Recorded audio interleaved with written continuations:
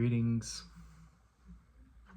everyone who has chosen to click on this video and watch it for however long this is going to go on. I have just been feeling really called to come back to the camera and share a message, hopefully one of hope and encouragement for humanity to evolve and lighten up.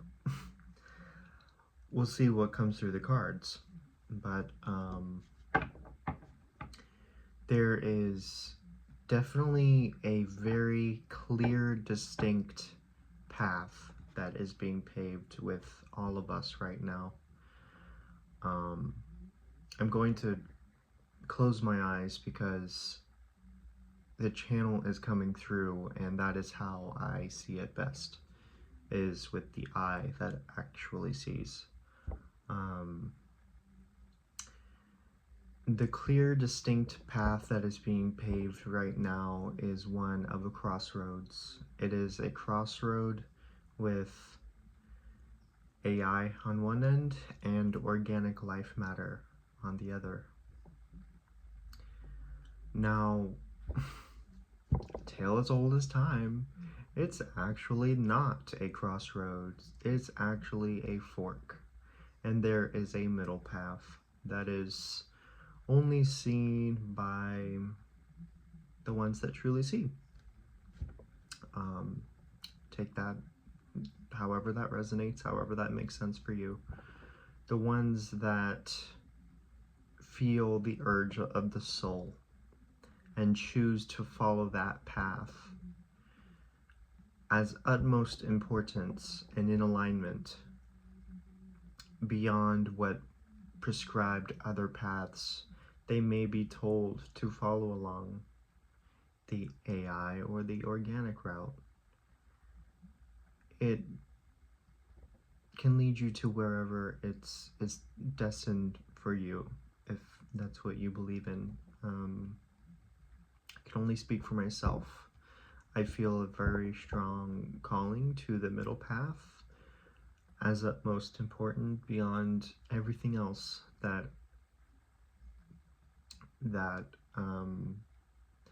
is told to me would be better or be easier.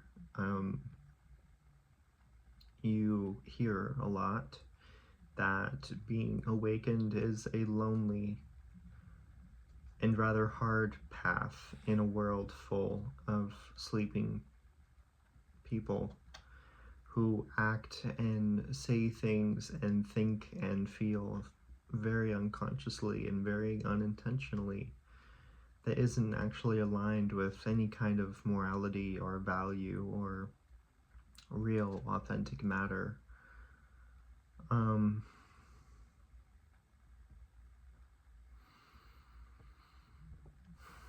Reeling it back in to the fork in the road and the crossroads,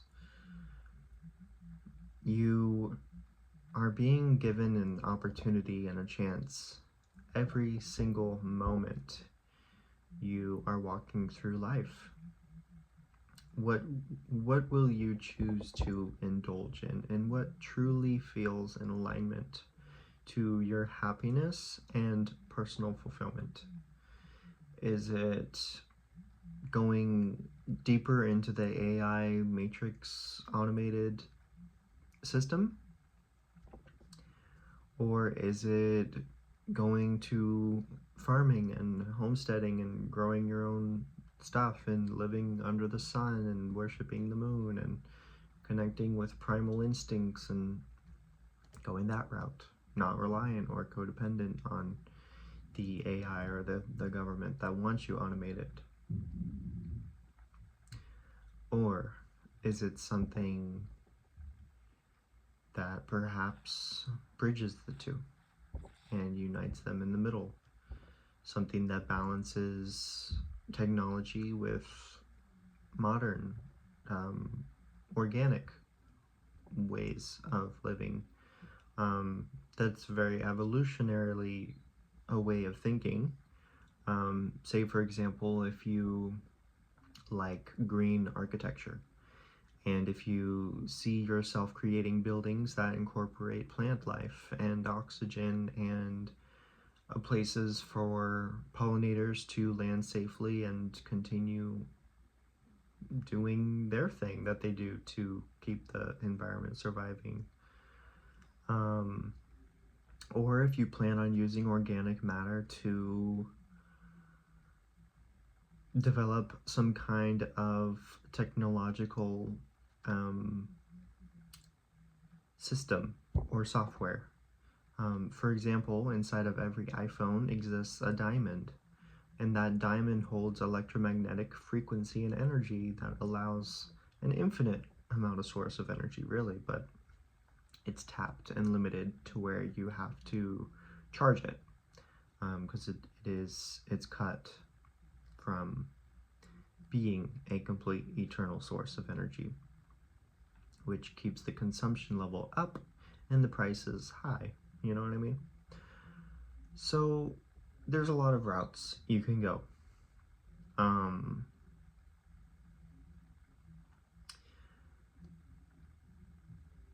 The other path that is alternate and very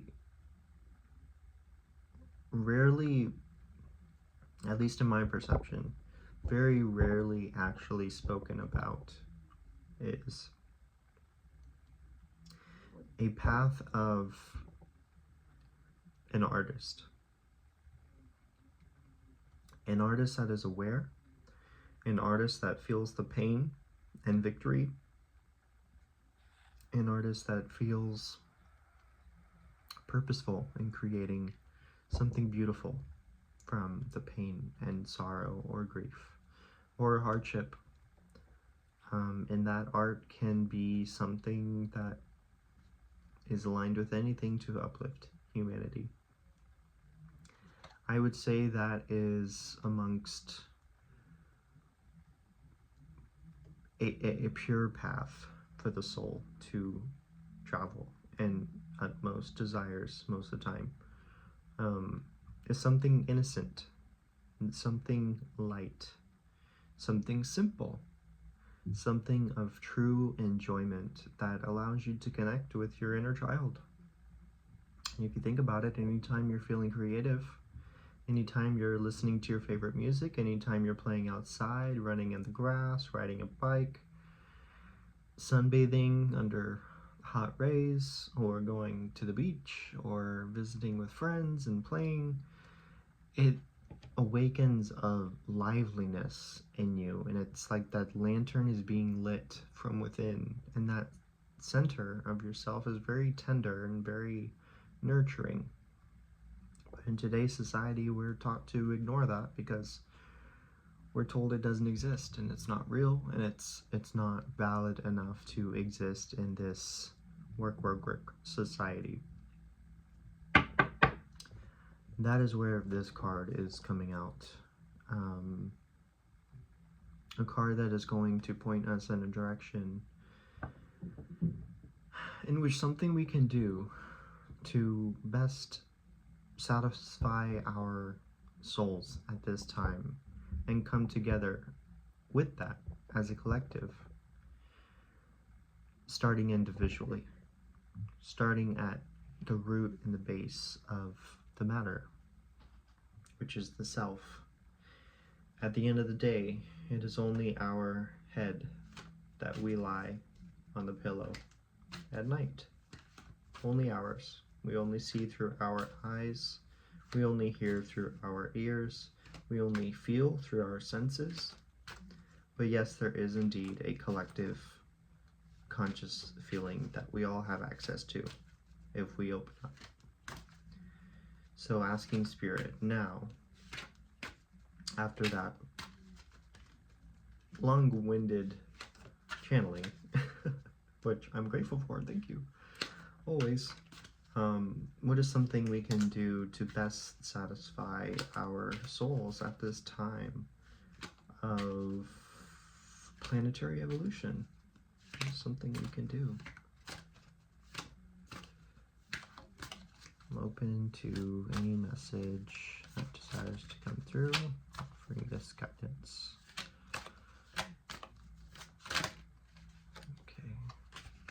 Two messages. Two messages. Okay. King of Swords and Three of Swords in reverse. Starting with the King of Swords. This is, okay, so the swords represent mentality. And the king represents like a mature energy, responsible, capable, something of leadership, something of like some kind of royal structure, archive, if you will. Swords, again, is the mentality, the beliefs, ideas, everything that exists up here. So something we can give ourselves at this time is clarity. The King of Swords is all about new, bright ideas, taking your own advice, embodying your own leadership, being rational in your convictions, in your judgments, in your opinions, in your ideas, in your beliefs, rational. Seeking the truth that matters and feels good to you, of course, for your own satisfaction. And it also comes along with the energy of being strong-minded, which, if balanced, can be a good thing. It can allow you a lot of mental clarity and mental space for you to be open to broader perceptions and ways of seeing things and thinking about things, which can lead to revelations and new ideas. Clarity that wouldn't otherwise come to you with a closed mind or with a hyper-focused mind. Moving to the Three of Swords. Swords, again, mental ideas, beliefs, the brain realm. And then 3 symbolizes combination. Strategy, like how things mesh together. And what this is talking about is this clarity that's coming in your mentality and your ideas and your beliefs. There is some kind of emotional healing taking place. It may feel painful. It may feel like excruciating grief. It may feel lost. It's a slow healing, but alas, it is a healing. So allow yourself to sit with these feelings as much as you possibly can. Give yourself grace, give yourself patience, give yourself love. Forgive the things that have burdened you in the past. Forgive the things that are burdening you in the present. Apologize for things you feel need to, things in the past. Apologize to things that you feel need to, those in the present. This is really all about emotional healing with this Three of Swords. But with the heart being stabbed by the swords, it really is saying that there is emotional and mental alchemy happening. The mind and the heart are bridging, and you are beginning to see things in a light that you have maybe neglected or been too fearful of in the past to actually embrace what's actually there. Maybe it was a bridge that was hidden in the shadows or in the fog, and now the fog is clearing. Mental fog is clearing, and you are slowly starting to see the bridge that has been there all along. And you are starting to realize that the more you accept yourself, the more you forgive yourself, the more you clear the plate, apologize, whatever, like, the more you bring clarity to these murky emotional waters, the more those little trolls under the bridge that you saw as like something you feared. You didn't want to get near that bridge. You didn't even want to see it. You thought it was cursed or whatever. You're starting to see them now as builders, maintainers, guards of that sacred, ancient bridge that you have had access to all along, but you weren't at that point in your journey yet to be ready enough to cross that bridge. And just sit for a moment and think about that. Think about what may be beyond on the other side of that bridge, that you can slowly start walking your way across and towards.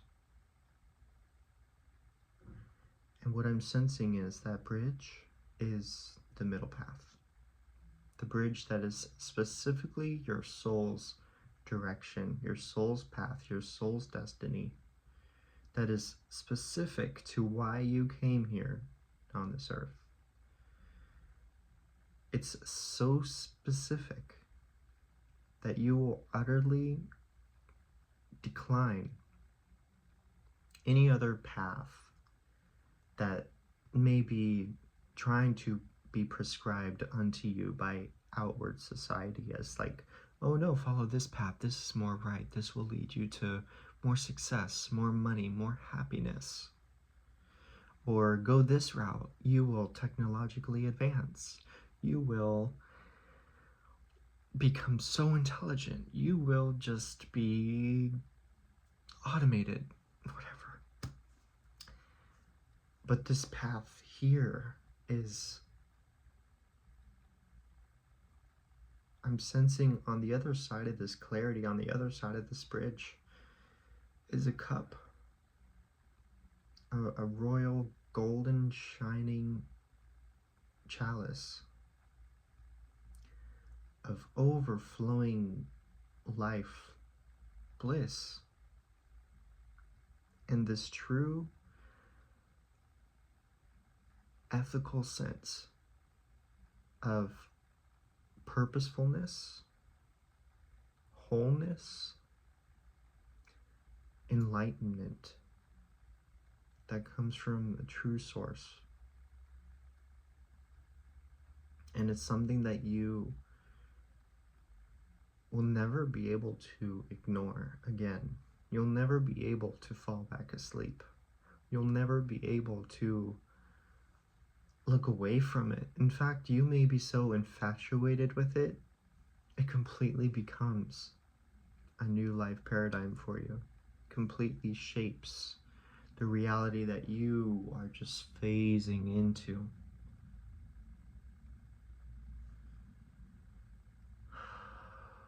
And breathe and sit with that feeling of the reality that you are phasing into being that fulfilled space within yourself. How does that feel? What does that look like? What does that sound like? Where are you? What are you seeing? What are you sensing? Allow your imagination to become playful right now, and allow your senses to open. Just even for a moment, imagine. Nothing is serious right now. There's no crushing obligation to be anywhere, doing something, meeting anyone. No schedule. Just this present moment in time. Allow yourself to imagine and fully sink in to that feeling of that fulfilledness and fulfillment and that bliss and that happy, joyful, true, centered feeling. The other side of your bridge that is clear, sunny blue skies, rainbows, flowers, everything that just feels peaceful, that you have always desired for yourself. focus all of your energy into that space, because that is where you are destined to be. So what is all this other noise? What is all this other ruckus and this mess? What is it? And why have you allowed it to take such a hold and to weigh you down? What about those things makes you feel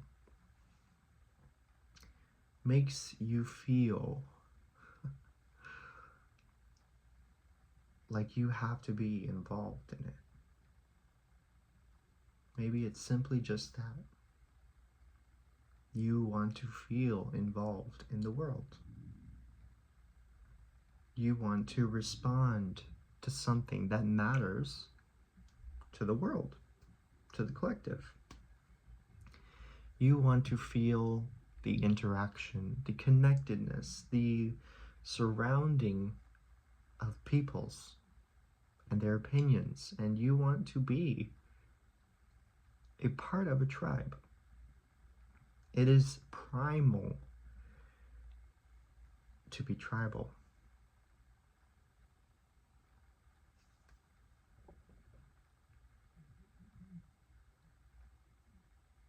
So go back into your imagination, go across that bridge, and envision the kind of tribe you want to be surrounded by now, encouraging and supporting the real, true dreams your soul desires to achieve here at this time on this planet. You're perfectly capable. Nothing is stopping you but you. You are your own enemy. You allow what happens to you. So if you acknowledge that true power that you hold,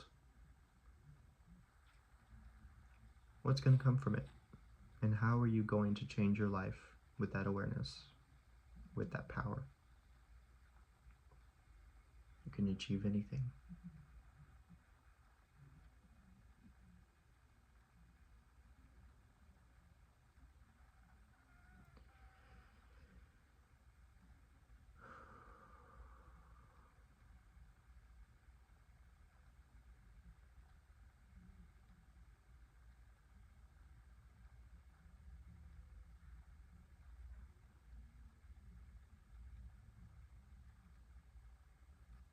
Emotional mental alchemy. The bridge is built. The fog is clearing. Give yourself grace. Give yourself love. Believe. Imagine. Magic. Real.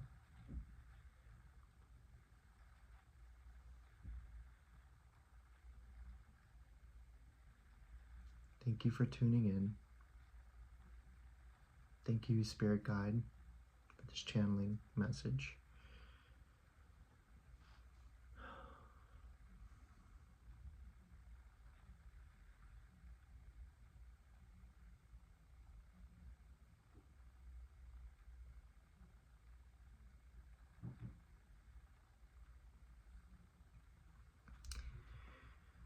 We will get through this all together. We will. It may appear to be rough. It may feel full of suffering. It may feel very unjust. But the tower is crumbling. New ground is being laid. A new garden is being planted. Everything starts from a seed. You have to have patience. You have to have grace. And you have to know how to nurture that seed so that it can feel safe enough to begin sprouting out from the soil, growing tall, sprouting its first leaves, growing taller towards the sun and becoming a tree, full of fruit. That is your life. It is a reflection. Nature, it offers an eternal reflection of all of time. Yet, time is the most fleeting thing. So, how are you embracing right now? What are you doing? If you're not happy with what you're doing with your time, no better time than now to invite change gracefully. And do it for yourself. Don't do it in comparison. Don't do it because anybody told you to. Don't even do it because I told you to. Do it for yourself because you feel you want to. And you feel the time is right now. So with that message, I love you. Thank you for being here. Namaste.